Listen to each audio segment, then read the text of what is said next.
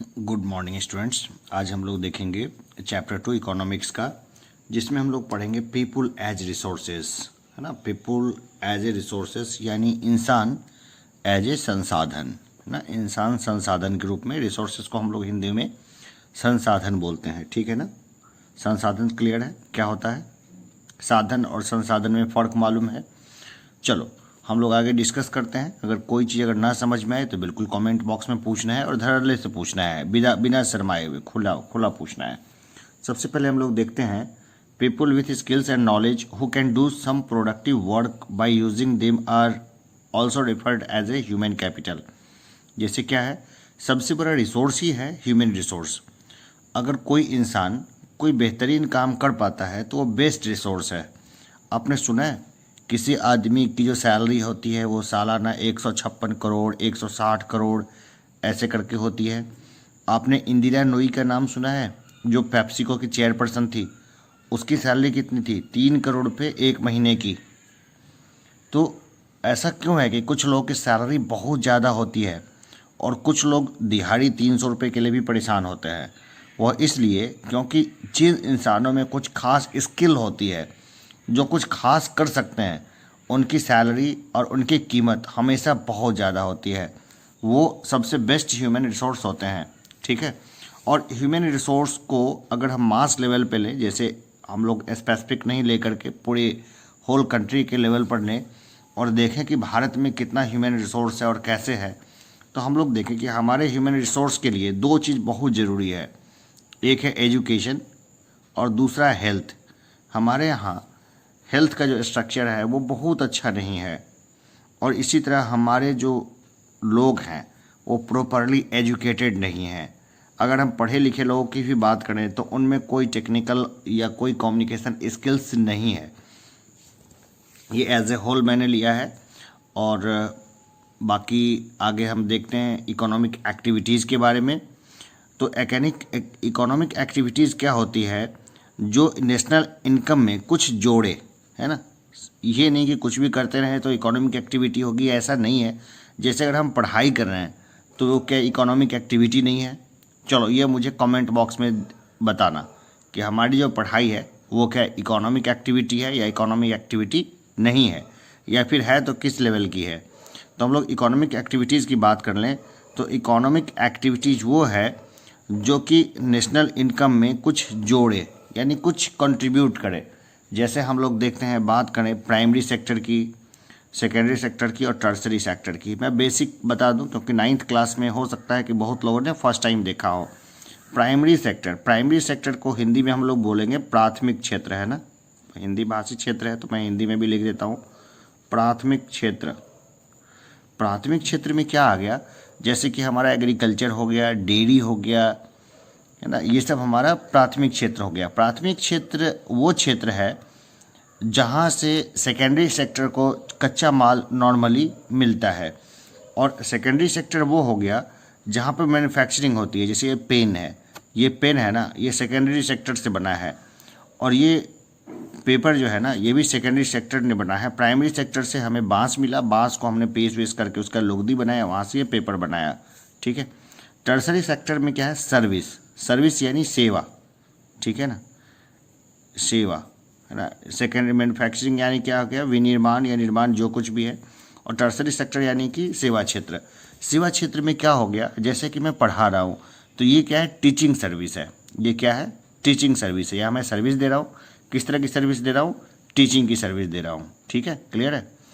अब हम लोग आगे देखते हैं मार्केट एक्टिविटीज़ और नॉन मार्केट एक्टिविटीज़। ये दोनों क्या होती है? एक होती है मार्केट एक्टिविटीज़, दूसरी है नॉन मार्केट एक्टिविटीज़।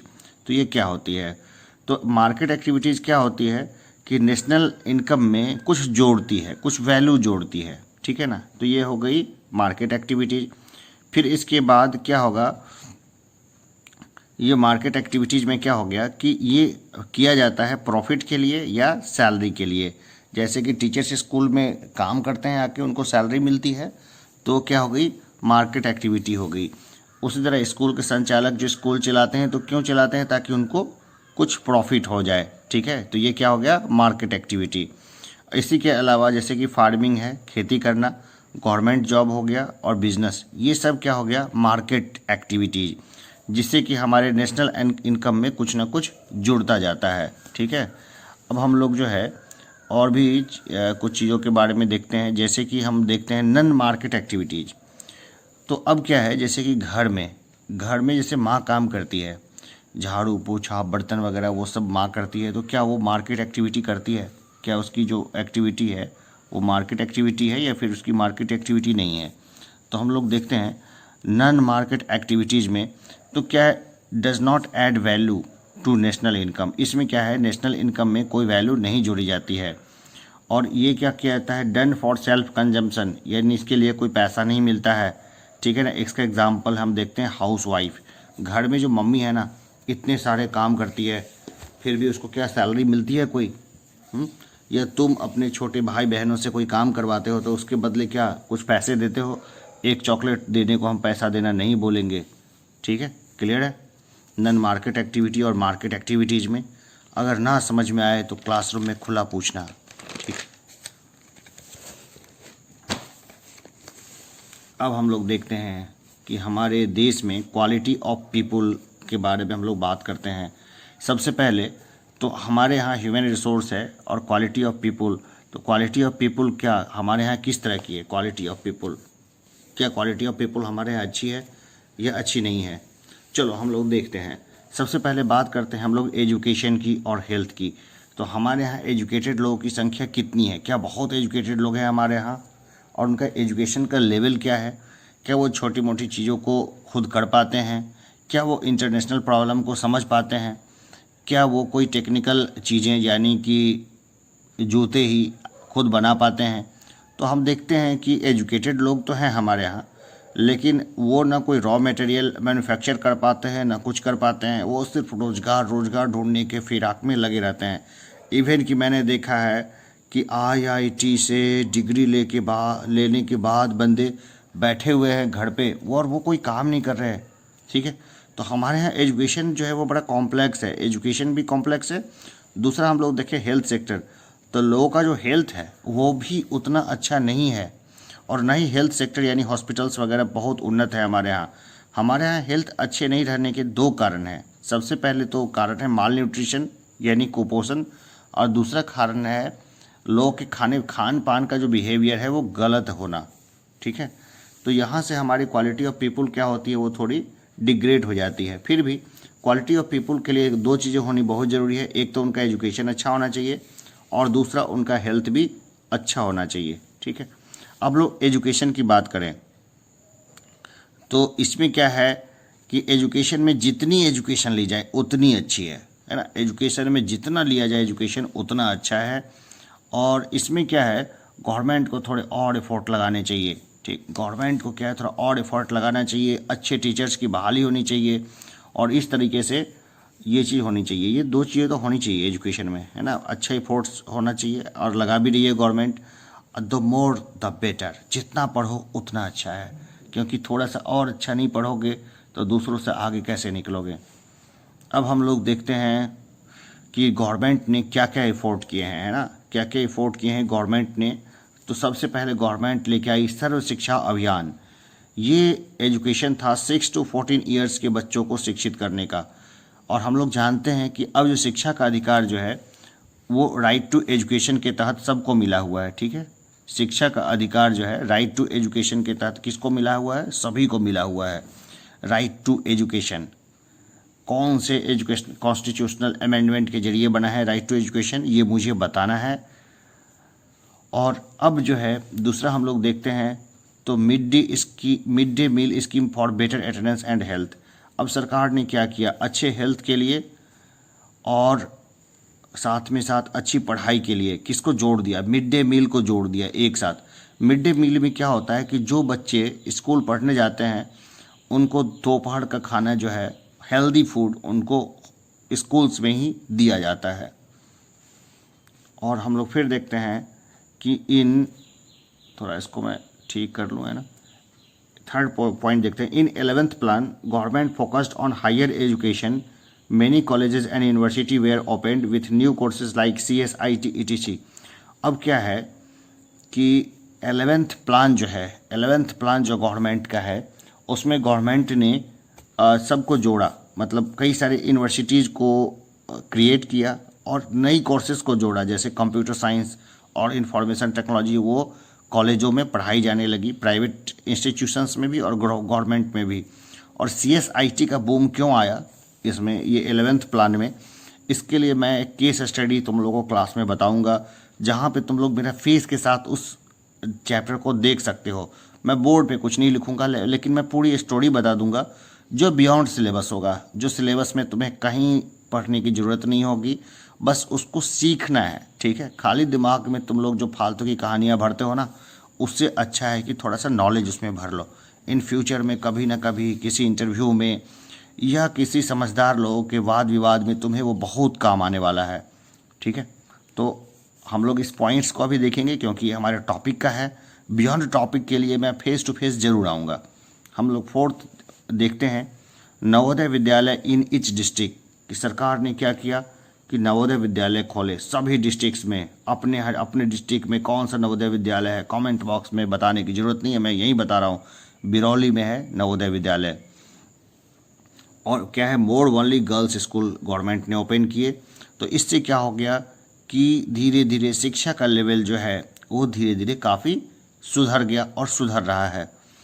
और इसके अलावा expenditure on education rose from 0.6% in 1951-52 में एक्सपेंडिचर जो था एजुकेशन का उसको बढ़ा दिया गया। अभी भी हमारे बजट में शिक्षा के लिए कम पैसे आवंटित किए जाते हैं, लेकिन वो धीरे धीरे बढ़ाए जाने की ज़रूरत है और गवर्नमेंट ऐसा कर भी रही है। वो कर चाह भी रही है कि गवर्नमेंट जितने ज़्यादा हो सके लोग शिक्षित हो जाएं।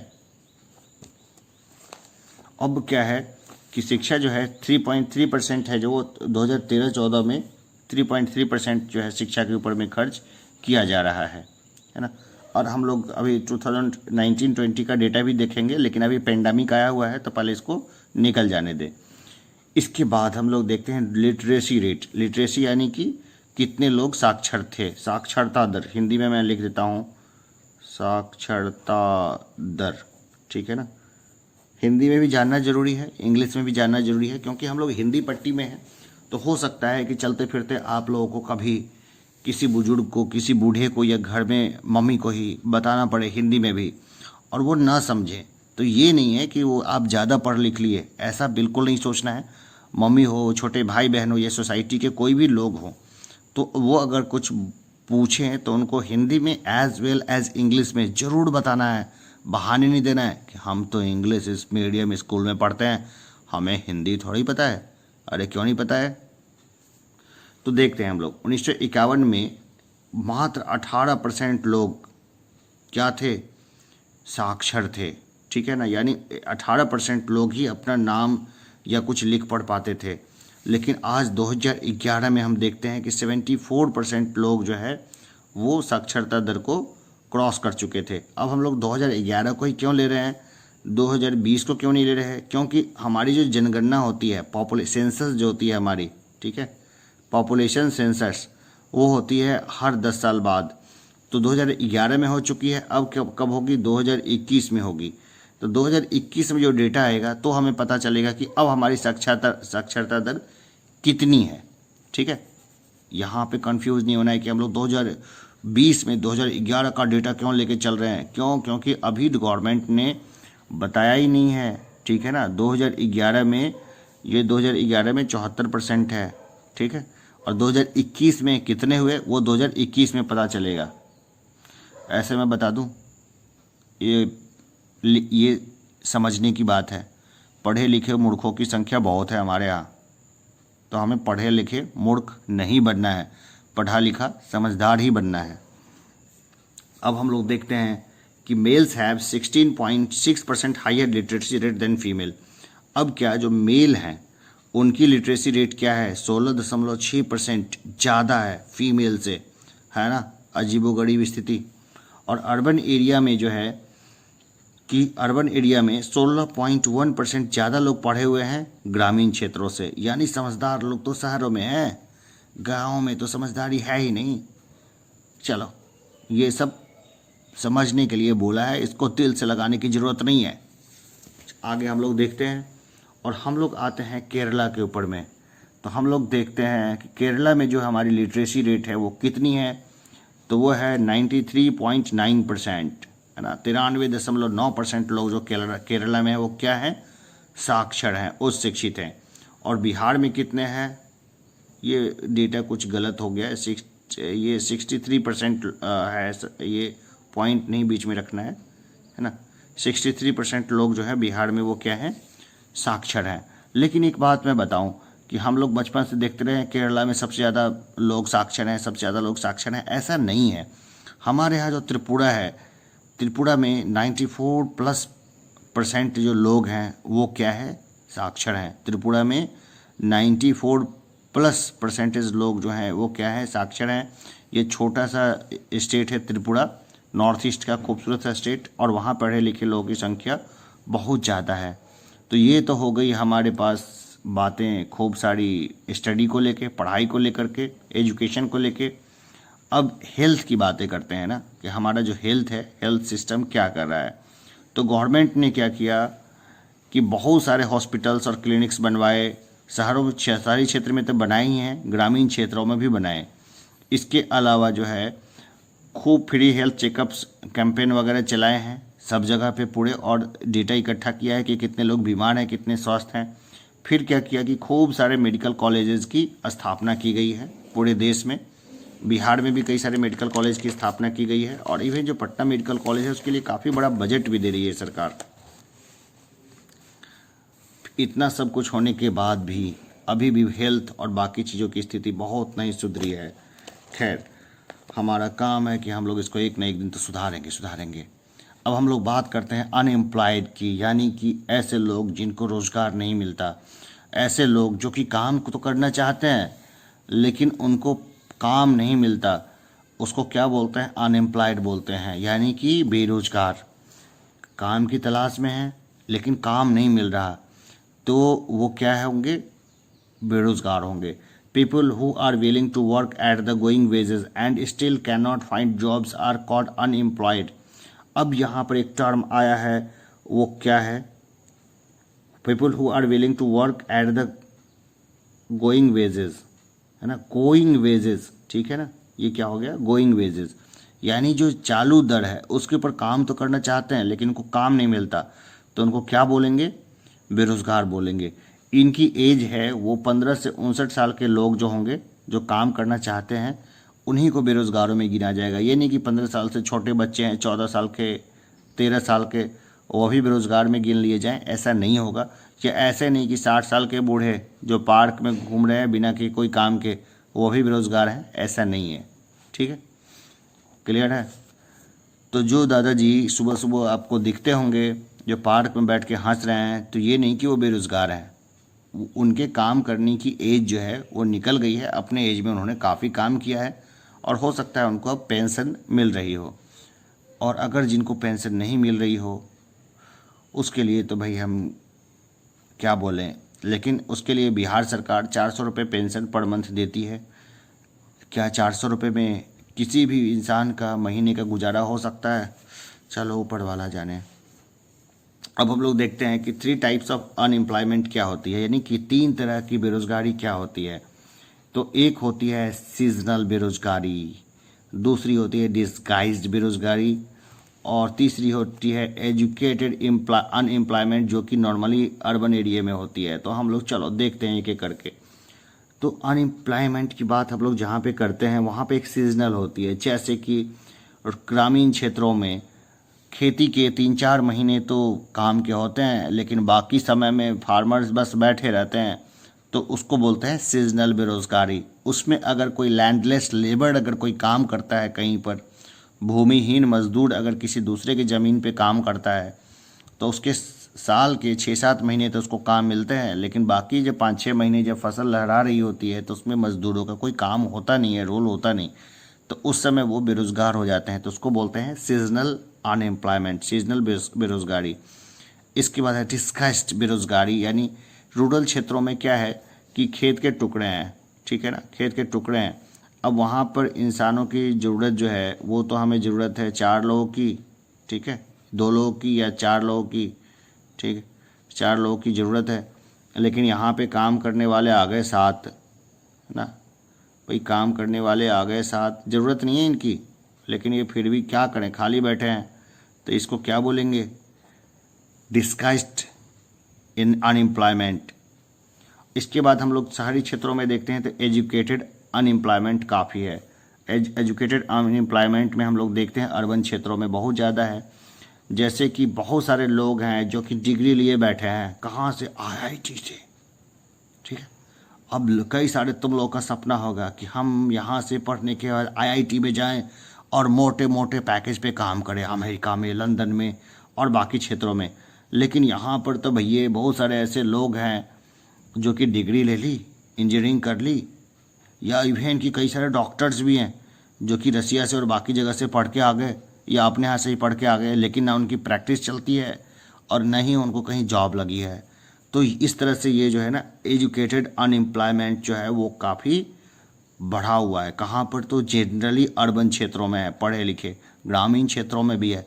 मैंने देखा है एक बंदा ग्रामीण क्षेत्र में पीजी करके बैठा है, लेकिन कोई काम वाम तो करता नहीं, यहाँ वहाँ घूमता रहता है। अब देखो इफ़ेक्ट ऑफ अनएम्प्लॉयमेंट क्या होता है कि एम्प्लॉयमेंट का जो है क्या प्रभाव होता है। तो unemployment leads to wastage of man power resources, people who are an asset for the economy turn into liability.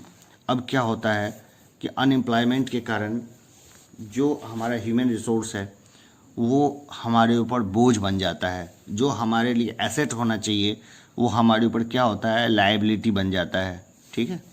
अब जैसे किसी को उसके पेरेंट्स ने पढ़ाया लिखाया और उसको अच्छी डिग्री दिला दी, अब वो घर आ गया, घर आने के बाद वो कोई काम नहीं करता, वो घूमता रहता है यहाँ वहाँ, क्रिकेट खेलता है और कोई काम ऐसा काम नहीं करता जिससे मार्केट एक्टिविटीज़ को कुछ सपोर्ट मिले, जिससे कुछ हमारे नेशनल वैल्यू में कुछ जुड़े। तो ऐसे लोग क्या होते हैं, अनएम्प्लॉयड होते हैं। और सबसे कमाल बात है, ये सब कहता है वो तैयारी के नाम पे, उसको प्रेजेंट में जो वर्क मिलता है, जैसे कि देखो वो चाहे तो स्कूल में पढ़ा के अपने नॉलेज को इम्पार्ट कर सकता है, लेकिन स्कूल में पढ़ाने वाले लोग की क्वालिटी उतनी अच्छी नहीं है और जिनकी क्वालिटी बहुत अच्छी है वो यहाँ वहाँ मटरगश्ती करते रहते हैं। तो हमारा जो एसेट होना चाहिए था जो, वो टर्न हो गया किस में, लाइबिलिटी में। अब इसके बाद जो है क्या होता है, जो लोग काम नहीं करते उनके अंदर कई सारी परेशानियां भी आती है, उनके अंदर निराशा की भावना आती है ना, और rise in feeling of hopelessness and disappear among the youth. और ये बड़ी ख़राब कंडीशन है। और इसके अलावा क्या है कि हमारा जो लाइफ स्टाइल है, जो लोग बेरोज़गार होते हैं उनके लाइफ स्टाइल क्या होती है, नीचे चली जाती है। और इसके बाद क्या होता है, हमारी जो इकोनॉमी बाकी है वो स्लो डाउन की स्थिति में हो जाती है। चौथा है कि क्राइम बढ़ जाता है। जैसे पढ़े लिखे लोगों को अगर काम नहीं हम लोग दिला पाते या काम वो नहीं ले पाते हैं, तो ऐसे कंडीशन में वो क्रिमिनल एक्टिविटीज़ में इन्वॉल्व हो जाते हैं। और इसके बाद क्या होता है कि ऐसे लोग बड़ी संख्या में हैं जिनको ऐसे काम करना पड़ता है जिसको वो करना नहीं चाहते हैं, लेकिन उनके ऊपर बड़ा दबाव होता है वैसी चीज़ों करने का। तो चलो अब हमारे ऊपर भी बहुत सारा दबाव है कि मैं इस चैप्टर को ख़त्म करूं, क्योंकि ये चैप्टर ऐसे भी 23 मिनट का लंबा हो गया है और मैंने सोचा था कि ये सस्ते में इसको मैं निपटा दूंगा। बाकी इसके जो क्वेश्चंस वगैरह होंगे उसको कर लेना, और अगर किसी को कोई परेशानी होगी तो मैं दोबारा से बताऊंगा। चलो भाई अब तो मैं चलता हूँ, सुबह की चाय का वक्त हो गया है। तुम लोग भी अपना अगर जग चुके हो तो भाई तैयार वार होकर स्कूल जाने के बारे में आपस में कम से कम चर्चा शुरू कर दो। चलो ओके भाई, धन्यवाद।